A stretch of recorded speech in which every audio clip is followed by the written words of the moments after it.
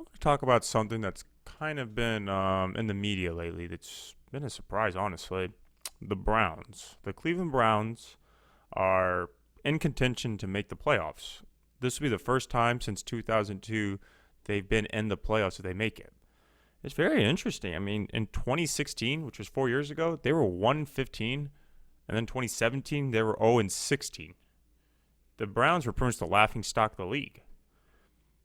The turnaround is amazing. I mean, some first round picks are finally paying off, such as Myles Garrett, who is third in the league in sacks and second in fumbles. The list includes fourth overall pick Denzel Ward from Ohio State, who is fourth in passes defended. He's a great cornerback. Their success isn't just in draft picks. They got fifth straight Pro Bowler wide receiver Jarvis Landry. He was acquired in 2018 from the Miami Dolphins, and he's been Baker Mayfield's favorite target. The run game is probably their strongest suit. Kareem Hunt and Nick Chubb are both top 10 in rushing yards. I mean, those are two big names, and they're on the same team, so it's no wonder that the run game is so great.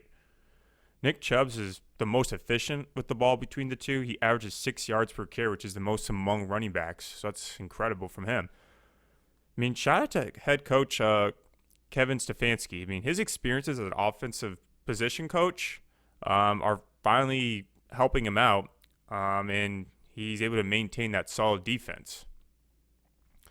I mean, I nominated him for Coach of the Year for turning this deadbeat franchise around. I mean, so yeah, I mean, he's definitely in the discussion along with Ron Rivera from the Washington football team.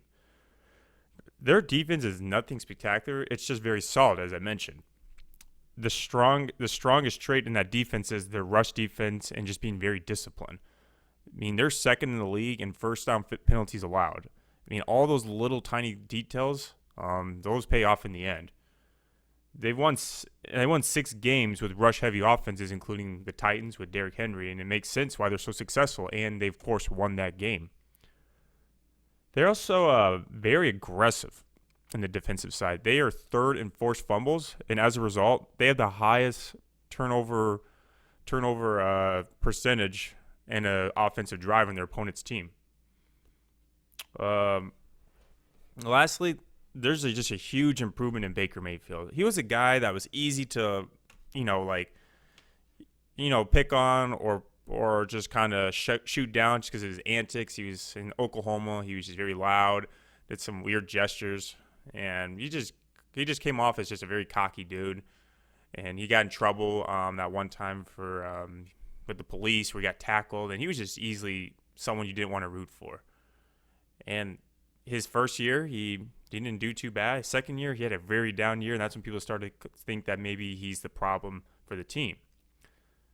But when he's engaged, he can make something happen. He's had 2 games with 4+ TDs, and his touchdown interception ratio is just astronomically better than last year. He's a talented guy, and he's surrounded by all this talent that I mentioned, and this is on both sides of the ball. Now I just think it's just a mental game. Can he just keep with this rhythm and continue to get that ball down without turning it over? I mean, I've seen him throw the football real deep. I've seen him hold on to the ball. I mean, Oklahoma, he was great.